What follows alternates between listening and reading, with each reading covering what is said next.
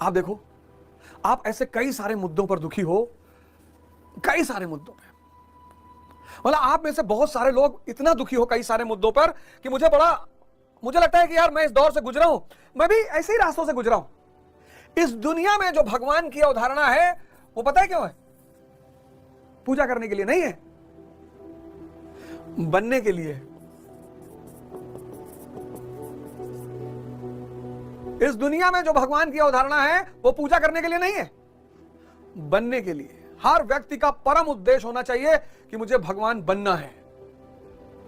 मैं नहीं कह रहा हूं, स्वामी विवेकानंद कहते हैं, मैं क्यों कहूंगा यार, स्वामी विवेकानंद कहते हैं कि मैं उस प्रभु का सेवक हूं जिसे अज्ञानता में लोग मनुष्य कहते हैं। यह स्वामी विवेकानंद का कोट है।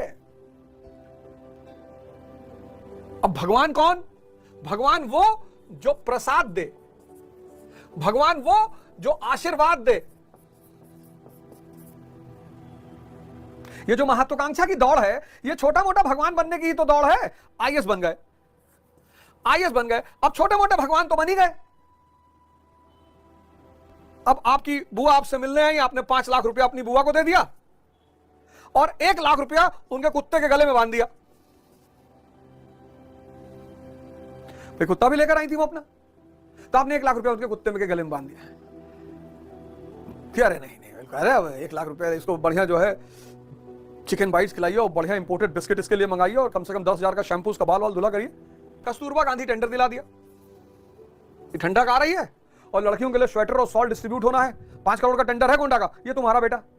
तो आप प्रसाद भी बांटने लगे, आप आशीर्वाद भी बांटने लगे, हो गए भगवान आप। लोग आपको प्रेम करने लगेंगे, लोग आपका भजन गाने लगेंगे,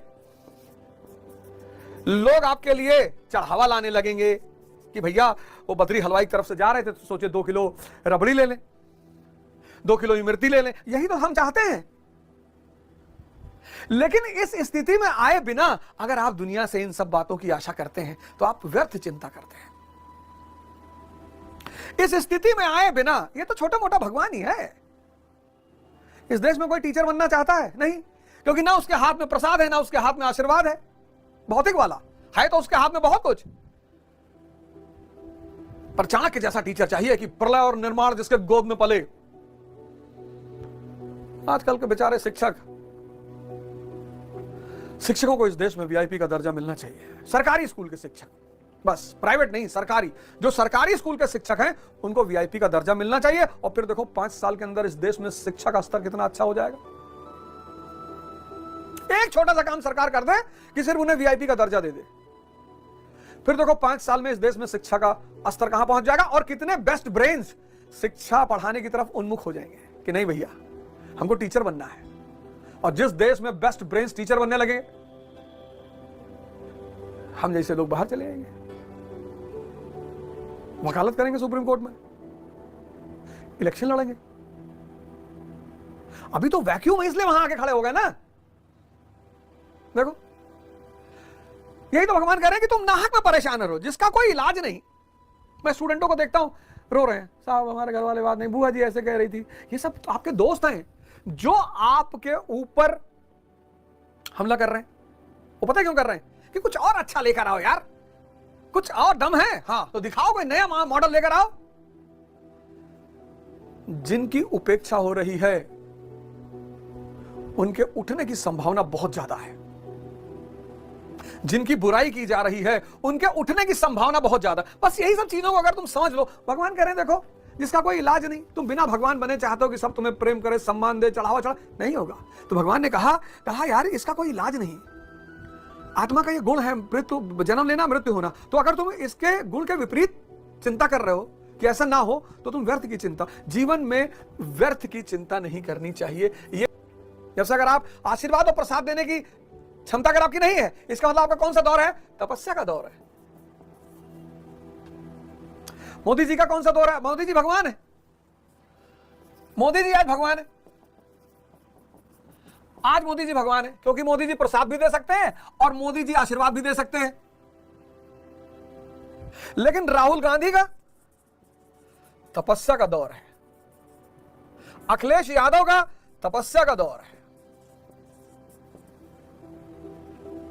छोटा मोटा प्रसाद और आशीर्वाद तो ये लोग भी दे सकते हैं, लेकिन इस लेवल का भगवान बनने के लिए जब तुम प्रसाद और आशीर्वाद नहीं दे पा रहे हो, तो ना तो प्रेम की आकांक्षा करो, ना चढ़ावे की, ना सम्मान की। तो करना क्या है? तपस्या करना है।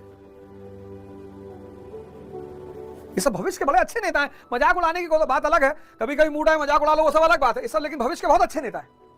जैसे अखिलेश यादव जी को सबसे बड़ा काम यह करना चाहिए कि उनको अपने गुस्सा को थोड़ा नियंत्रित करना चाहिए। अखिलेश यादव जी को अपने गुस्से को नियंत्रित करना, जो बहुत इंपेशेंट रहता है। हाँ, क्या नाम है तेरा भाई? नाम बता, अपना नाम बता। मिश्रा जी हो? नहीं नहीं नहीं नहीं, अरे वो इतने महान नेता के पुत्र हैं और इतने बड़े स्टेट के मुख्यमंत्री रहे हैं, तो झलकना चाहिए वो बात। इतना अच्छा काम किया। मैं तो जब भी आगरा एक्सप्रेसवे पे निकलता हूं, आगरा लखनऊ एक्सप्रेसवे, मैं सोचता हूं अखिलेश यादव जैसा ही प्रधानमंत्री होना चाहिए। अगर इतना विजनरी लीडर है वो आदमी। काम ही तो व्यक्ति का परिचय है, और क्या परिचय है? मेरी कोई मुलाकात नहीं, मेरी कोई बातचीत नहीं है, कुछ भी नहीं है, लेकिन काम। देखो, अब तुम्हें आज डिसाइड करना है कि व्यर्थ की चिंता नहीं करना है। अगर तुम भगवान की स्थिति में हो तो प्रसाद बांटो और आशीर्वाद दो, और अगर नहीं हो तो तपस्या करनी है, चिंता नहीं करनी है। यही बात भगवान कृष्ण अर्जुन से कह रहे हैं कि तू व्यर्थ की चिंता मत कर। और आज 95% लोग व्यर्थ की चिंता कर रहे हैं। सलमान खान की शादी नहीं हुई, जाने दो यार, कोई बात नहीं, वो इतना बड़ा कलाकार एक्टर है, नहीं हुई तो कोई बात नहीं। 3-4 हजार शादी किया उसने, और ज्यादा ही किया होगा, 30-40 हजार शादी किया। वो सोचा होगा यार यही शादी है तो छोड़ो, कौन करे शादी? गरीब आदमी करता है, जिसको भाई लगता है कि भाई एक स्त्री किसी तरह मिल जाए। वो 30-40 हजार तो अफेयर ही किया होगा। तो जो आदमी 30-40 हजार अफेयर कर डाला, उसको लगा छोड़ो यार, शादी वादी कौन करे, सब नाटकबाजी है। लेकिन जो उसकी चिंता कर रहा है वो तो तपस्या करनी है और या प्रसाद और आशीर्वाद बांटना है, लेकिन व्यर्थ की चिंता निकाल बाहर फेंक दो। लिख डालो डायरी में किन किन चीजों की तुम चिंता कर रहे हो। चिंतन करना है, चिंता नहीं करना है। और राहुल गांधी जी को 10 कैरेक्टर हिस्ट्री के अगर कोई पढ़ा दे, क्लाइव पढ़ा दे, Robert Clive, Cornwallis, Ashoka, Akbar, Bismarck, Abraham Lincoln, Jawaharlal Nehru, कोई पढ़ा इनको पिक्चराइज कर दे, अरे तो इनका काम हो जाए। इनका काम हो जाए, जान जाए कि भैया अच्छा आगे आने वाले समय में क्या क्या करना है। व्यर्थ की चिंता नहीं करनी है। व्यर्थ की चिंता व्यक्ति के पतन का सबसे बड़ा कारक है। और सुबह तो मैंने शुरू करवा दिया ध्यान, योग तो शुरू ही करवा दिया, ध्यान भी कराएंगे। भगत सिंह एसोसिएशन का आपको मेंबर बनना है, और एक प्रोग्राम मैं आपको अगले सप्ताह एक प्रोग्राम आपको और देने जा रहा हूं, लर्न एंड अर्न। आप पढ़ो भी, आप कमाओ भी।